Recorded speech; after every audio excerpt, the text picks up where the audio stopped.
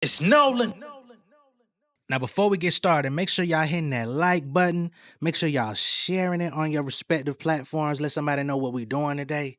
Now, let's get into the show. There's a reason rappers can turn any story into a hit track. Just like there's a reason Morgan & Morgan is America's largest injury law firm with over 1,000 attorneys and more than 100 offices nationwide. If you've been seriously injured in an accident, your case could be worth millions. But the truth is, a lot of people either don't file at all or get taken advantage of by insurance companies. When you hire Morgan & Morgan, it's like hiring a legal army that has your back. If you're injured because of someone else's negligence, you deserve to be paid. No shortcuts, no lowball offers. In fact, they've secured some major verdicts in the past. For example, in Florida, they got a victim who was in a life-altering car crash, $12 million. 34 times the highest insurance offer. They got another victim in Philadelphia, $26 million. 40 times the highest insurance offer. Not all law firms are created equal. Morgan & Morgan is the biggest for a reason. They will fight for the biggest award possible and have won a lot. So if you're ever injured, you can check out Morgan & Morgan. Their fee is free unless you win. That's right, no upfront costs. They only get paid if you get paid. You can start your claim now by clicking the link in the description or by scanning the QR code on screen from your phone's camera. Again, if you find yourself injured, you can check out Morgan & Morgan. Don't say I never told you nothing, man. What's going on, beautiful people? It's the kid J Nolan here. Welcome back to another episode of Inside the Industry, your number one source for music, entertainment, commentary, and breakdowns. Hope everybody's doing well out there this afternoon. Wow. 2025 has been bizarre, okay? Now, as I was preparing to talk about this whole Drake, What Did I Miss lawsuit, for those that don't know, Drake is currently being sued by photographer Gabriele Galimberti for copyright infringement, all right, in his so-called music video for What Did I Miss? Now, if y'all can remember, we talked about this just a few months ago, and in Galimberti's lawsuit, he actually references my video talking about it, right? I guess I should go ahead and just pull up the comparison or pull up, I'll just pull up the comparison, fuck it.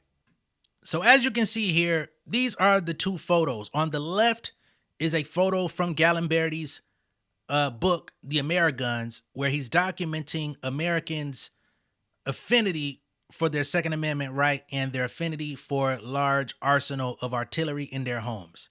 And to the right, you see a clip from Drake's What Did I Miss video where he has his artillery lined up in the backyard very similarly. Right? So I was not the person who even originated this. There were blogs, there was Instagram posts out there.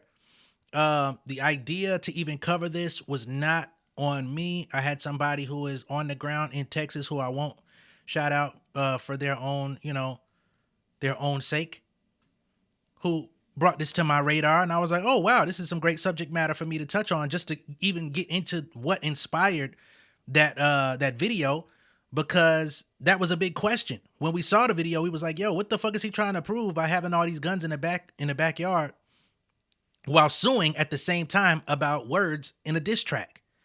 How you gonna try to make yourself tough with all the guns you got, but you can't even take a diss record embarrassing you in front of the people?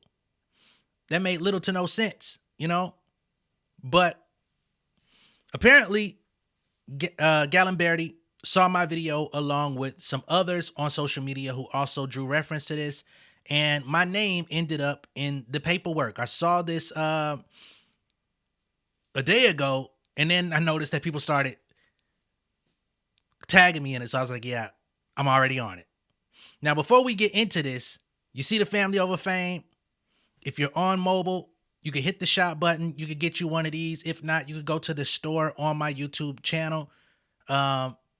They're for sale for you. We got different variations of it, but this is the brand, and the Family Over Fame album will be out 2026. I got to put that out there because, people be wondering.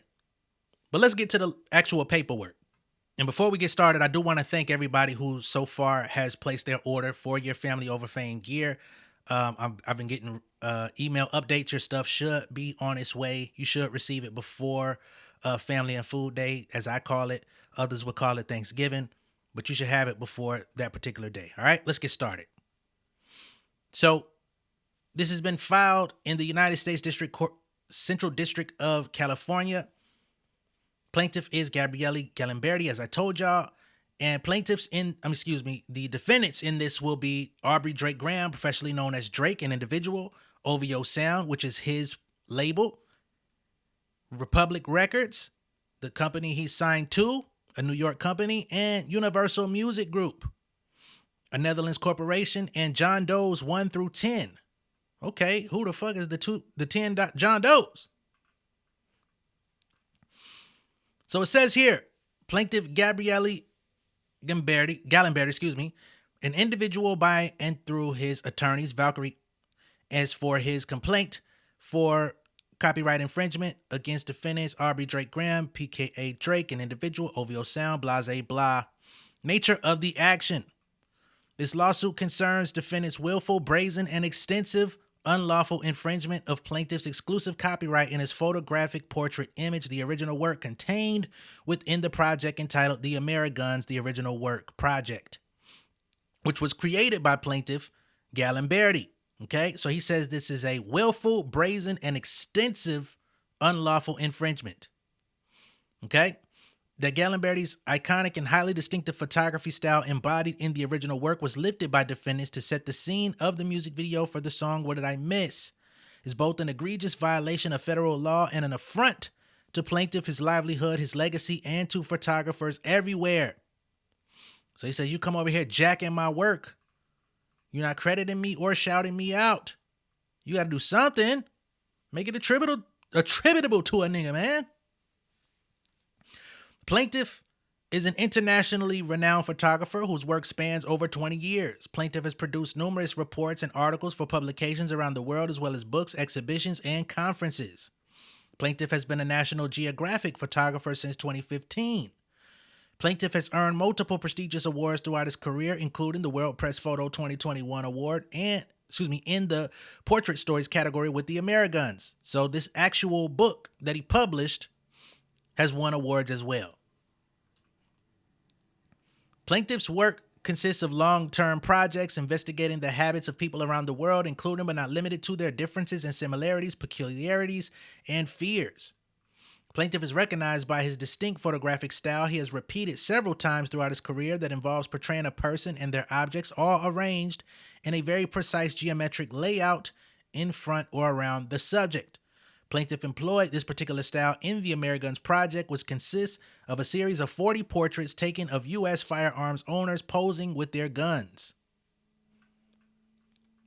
Without the consent of plaintiff and without his knowledge, defendants infringed upon his rights by creating an entire music video scene featuring an unauthorized copy of the original work in the infringing video.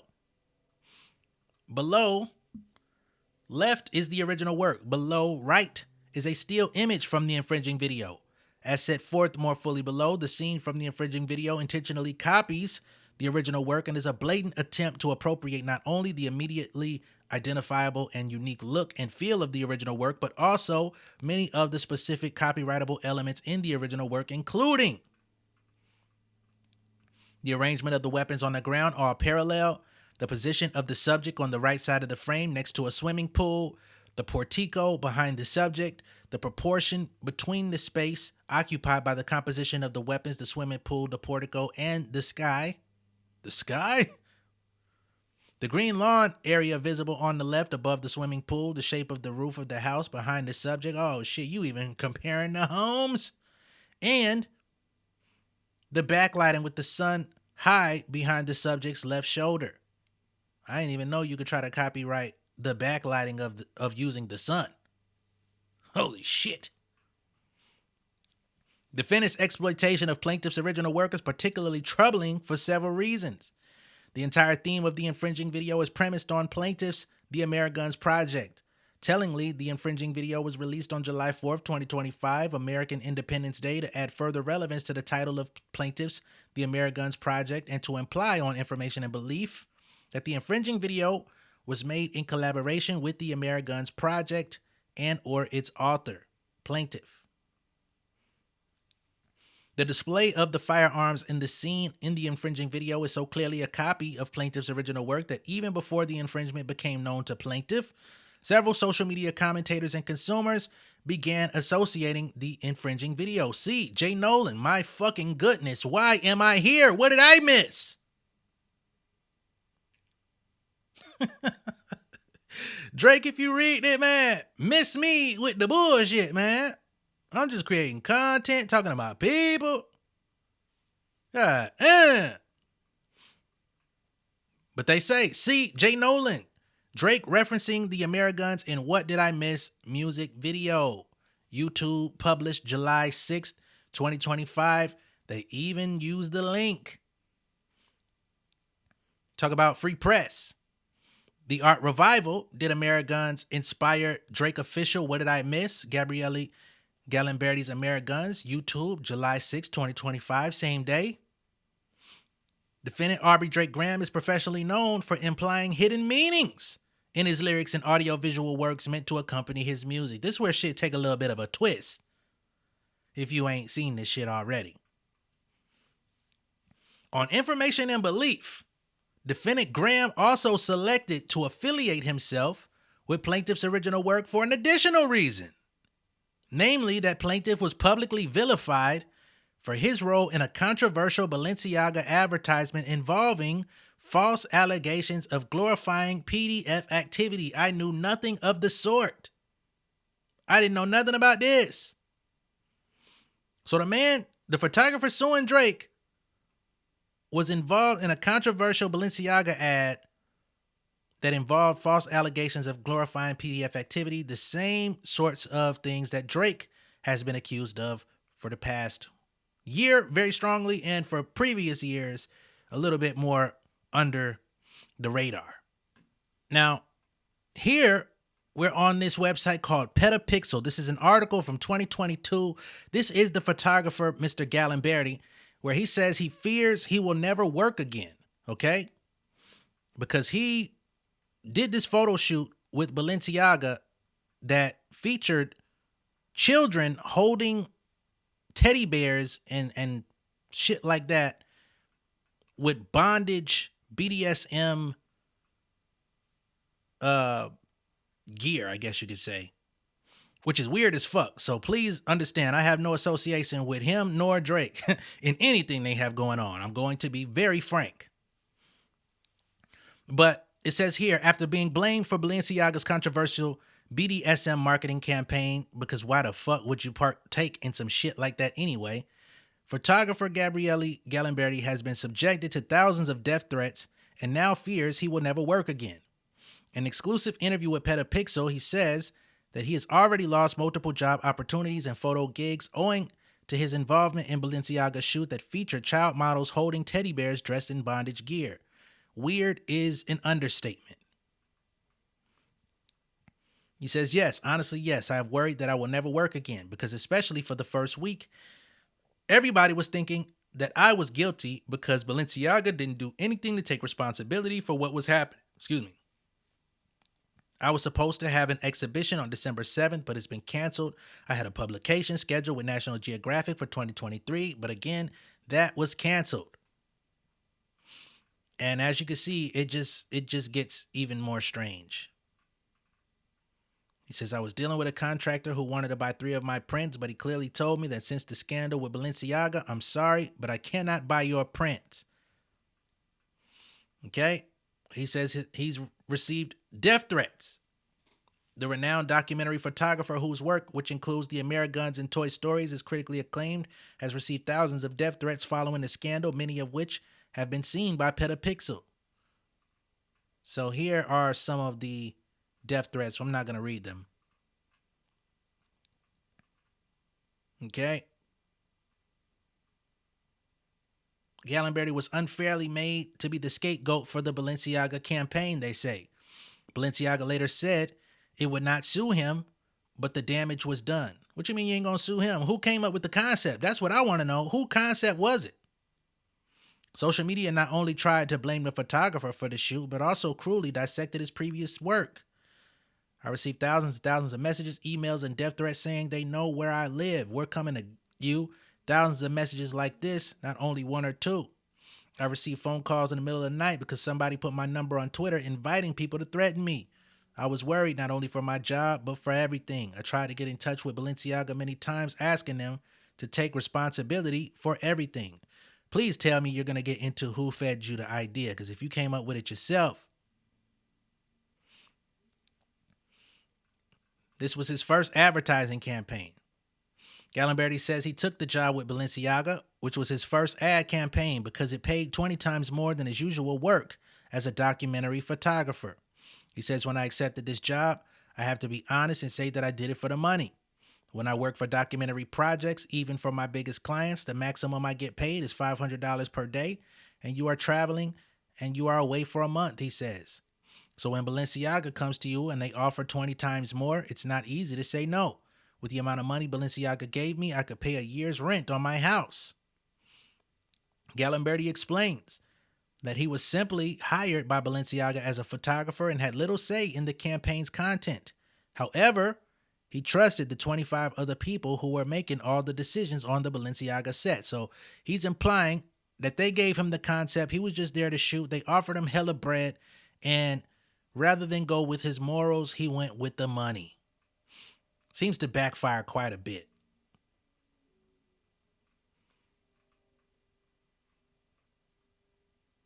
The photographer says he lit the scene and then, using mannequins, took photos which were downloaded immediately to a computer and approved remotely by Balenciaga headquarters within 1 to 2 hours. He said that when the lighting and styling were agreed on, the mannequins were then swapped for the children who were accompanied by their parents within 5 minutes of their arrival. Gallimberti had taken the photo. Everybody who signed off on this was fucked up. From Balenci to the fucking parents to you for not catching on to what the damn teddy bears had on.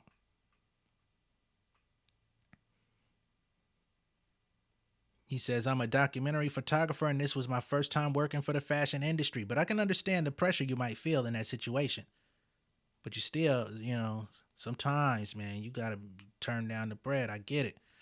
The way I take pictures is that I take photos of everything I find in front of my eyes. I really don't choose anything. When you do a documentary, you follow what you find. I applied the same concept to this shoot. Gallimberti says that despite Balenciaga's initial response to public blowback, he personally did not decide on the content of the shoot. So I guess this is his more tasteful. I said, yeah, at least this is the Toy Story or whatever. So this is his normal work, which I don't know if I would be interested in anyway, but we'll get back to the lawsuit. So him and Drake, they share some interesting similarities here, which he feels actually influenced Drake even further to copy his photography style in What Did I Miss, to add another layer, which is, again, strange, bizarre, weird. What the fuck is going on? What did I miss? Plaintiff was ultimately publicly vindicated in a defamation lawsuit abroad related to the false accusations arising from the Balenciaga advertisement. Okay, so he says he was publicly vindicated. I didn't know that part. During the initial Balenciaga scandal, media articles, websites, posts, and news segments would display plaintiff's photographs from the Ameriguns project alongside plaintiff's photos from the Balenciaga ad. Given Kendrick Lamar's lyrics directed as calling defendant Graham a PDF and defendant Graham's now dismissed defamation lawsuit on information and belief, defendant Graham sought to imply that he, like plaintiff, would be publicly exonerated. Wow, he was trying to form some type of strange alliance. Allegedly.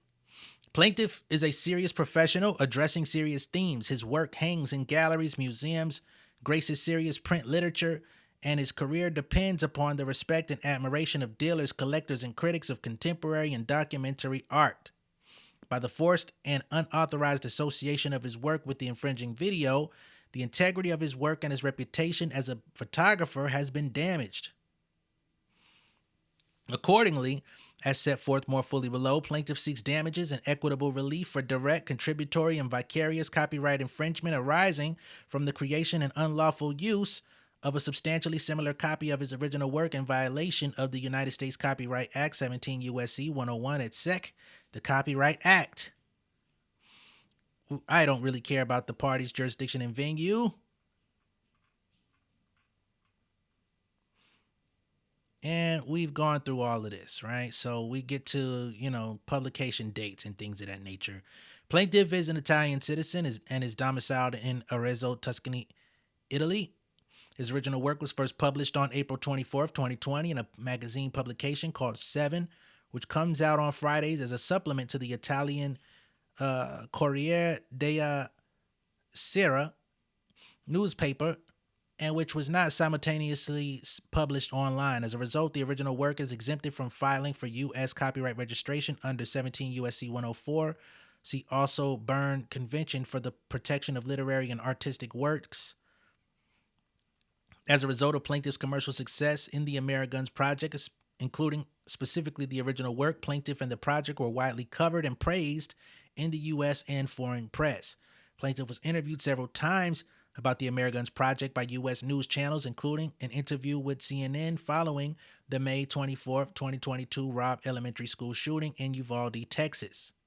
Defendant Graham resides at least part of the time in Texas. As a result of the wide public coverage and notoriety of plaintiffs' The Ameriguns project and the original work in particular, defendants had access to the original work. The original work is an original work of authorship fixed in a tangible medium of expression containing substantial amounts of plaintiff's original creativity and are therefore copyrightable works under the Copyright Act. The infringing video on July 4th, 2025. American Independence Day, the infringing video was released by defendants as part of a live stream premiere on YouTube's live stream. Of course, this is from the Iceman rollout. The infringing video, entitled What Did I Miss?, features defendant Graham rapping about his public feud with Kendrick Lamar in front of a display of guns designed to be substantially similar to an image from plaintiff's The Ameriguns project. The infringing video is 4 minutes 2 seconds long and consists of 1 minute 37 seconds featuring defendant's copy of plaintiff's work. The infringing video is available at Blase. As of the date of this filing, the infringing video has had, goddamn, 19,425,704 views on YouTube, and defendant Graham has 31.7 million subscribers on YouTube. I wonder how many of them might be bots. On information and belief, defendants have earned significant income from the monetization of the infringing video on social media platforms, including YouTube.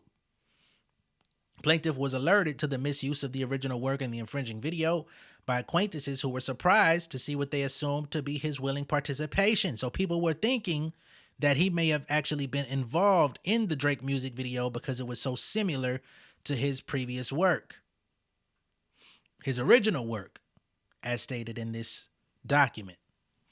Plaintiff has suffered and continues to suffer from the infringing activities of the defendants, including without limitation from defendants' usurping of plaintiff's right to control the publication and commercial use of the original work.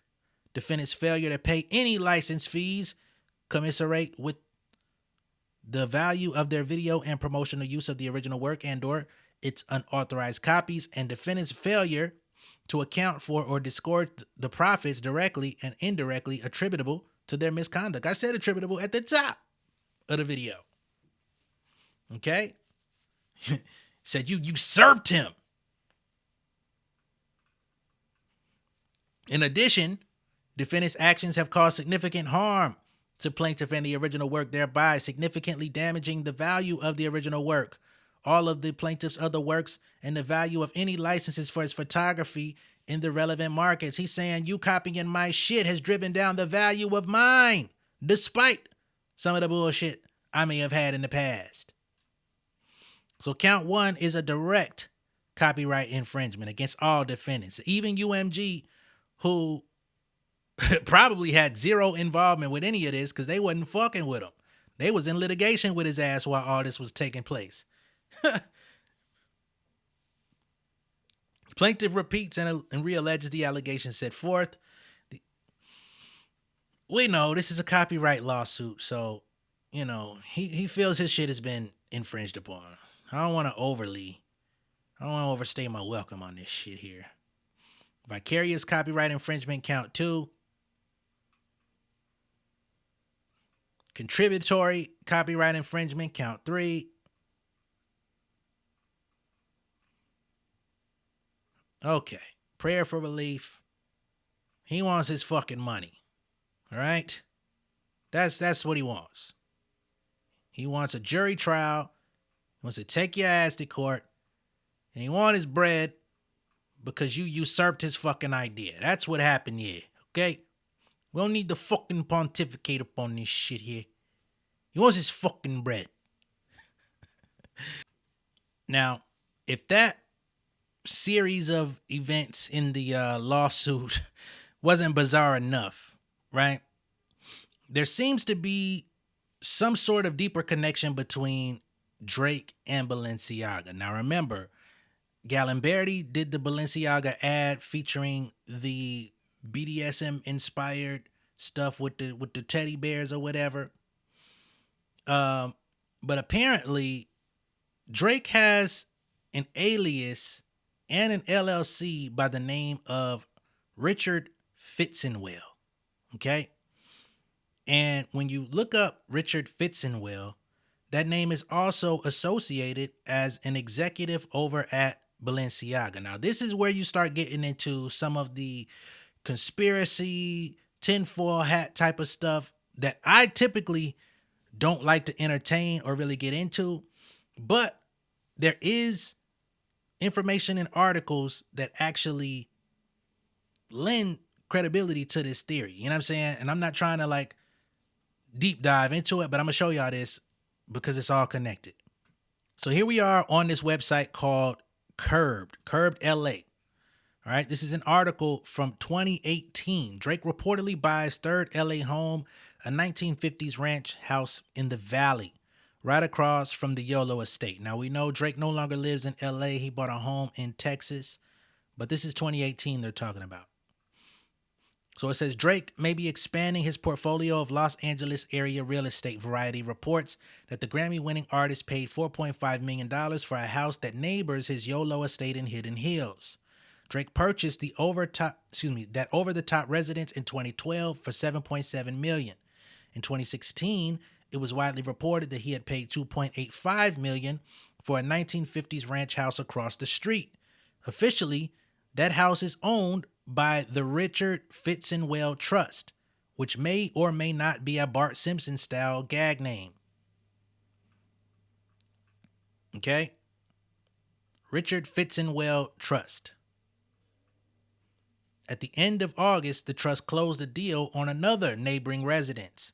With the purchase of the new home, a roughly 2,450 square foot ranch with 3 bedrooms, Drake adds more than 2 acres to his growing compound in the western San Fernando Valley.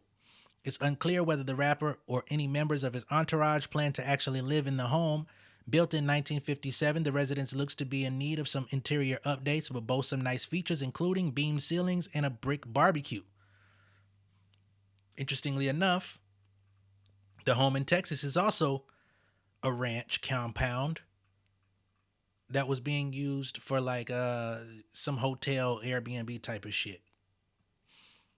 Drake's main house across the way, meanwhile, has a swimming pool, complete blah, blah, blah, blah. All of that. Again, this is 2018 information, right? But the bit is the Richard Fitzenwell Trust. One might think that's just a strange, I don't know, tongue-in-cheek alias, moniker, whatever. But interestingly enough, you got these websites here, Discovering the Visionary, Richard Fitzenwell Balenciaga, trailblazing icon in the fashion world, but neither of these websites actually open when you try to click on them. I've been trying for the last like 20 minutes. This was published in March of this year. This was published in February this year. But both of them, for whatever reason, are now completely defunct. You search for this on Google, it doesn't come up at all. So I don't know what the fuck is going on with that. You know what I mean? I don't want to assume that this Richard Fitzenwell from Balenciaga is indeed Drake. It could be a play on words because he does like to take people's names and flip them, such as the Anita Wintour, Anna Wintour, you know what I'm saying, with all of that type of stuff. So he could just be doing things based around these fashion icons and stuff like that. But Balenciaga, y'all weird as fuck. Y'all out here breaking y'all necks, spending all that money on them weird ass shoes for motherfuckers doing BDSM photo shoots and shit. Fuck that. With kids, by the way. But what I can tell you is when you look up the Richard Fitzenwell Trust, okay, it is a Texas foreign limited liability company filed on March 8th of last year. Of course, that was right before Drake relocated to Texas. And it is now registered in Texas. Okay, it was formerly registered in LA. And as you can see, company contacts is Aubrey Graham. Okay, so we do know this trust is in his name. Now, his actual ties to Balenciaga as the CEO assistant or whatever comes up, I don't know. Every article that I see about Richard Fitzenwell at Balenciaga is now deactivated. I can't even click on them because they don't come up. Once again, this has led me to some dark Kenny shit. I'm gonna be honest. I'm not really big on doing this with the Reddit thing, but there's some interesting stuff connected with this whole Richard Fitzenwell stuff. So I'm gonna keep going here. So they say Drake has an LLC called the Richard Fitzenwell Trust, through which he buys property, and one of the properties is listed in Gainesville, Florida, to a Jordan Adrian, possibly pseudo name to hide her real identity. However, that name is actually Adrian Jordan. Okay. Now, as you get to this Adrian Jordan, I don't want to put the address out there because that's not what we do here.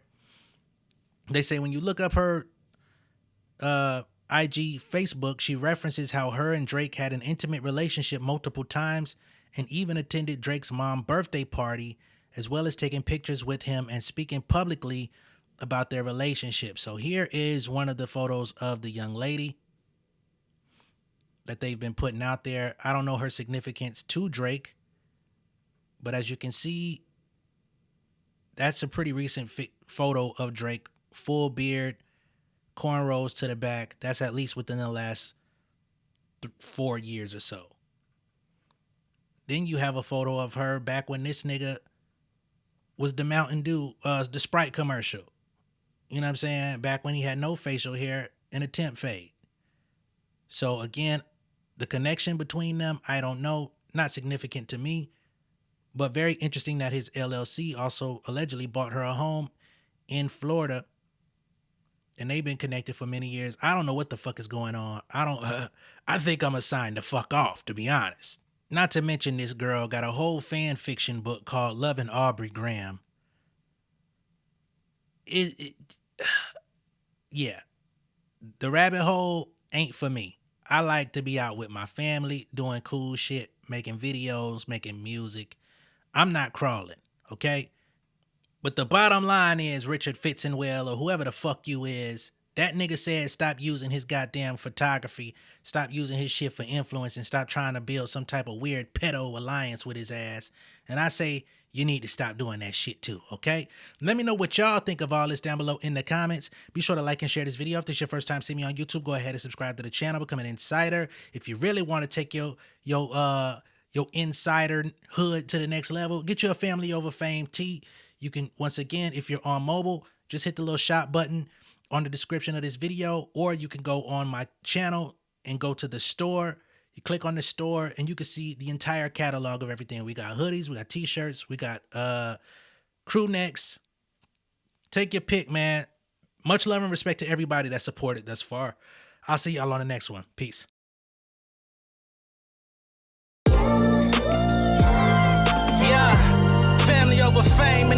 Yeah, the glory of living righteous is setting in. My street knowledge and education's a perfect blend. Young mogul, independent, I've been setting trends. The first one from my family to be faithfully wed. Fuck niggas and the horses that they riding on. I see this shit from all angles like a polygon. I'm never politicking, the drama be piling on. Father and great son acknowledged like I'm Bobby Bonds. Conversation with my lady about the paper route. 5 sit bank accounts, every day I make it count. They down talking my commentary for hating now. Well, I can take it cause I'm bodying your favorite now, please. I could do this shit in my sleep. I been writing for these niggas, y'all read it and weep. I been fighting these niggas if you speak on the street. I'll turn your birthday party into New Year's Eve. Don't let me take it there. We ain't playing fair. This the ATL, Southside nigga moving furniture like Wayfair. Life on hold, no insurance for your healthcare. Lifeline gone, so you wanna be a millionaire? Well, let me tell you about this world I built. The women I dodged, the niggas that I read for filth. The sympathy calls, consulting for the stacks I built. I had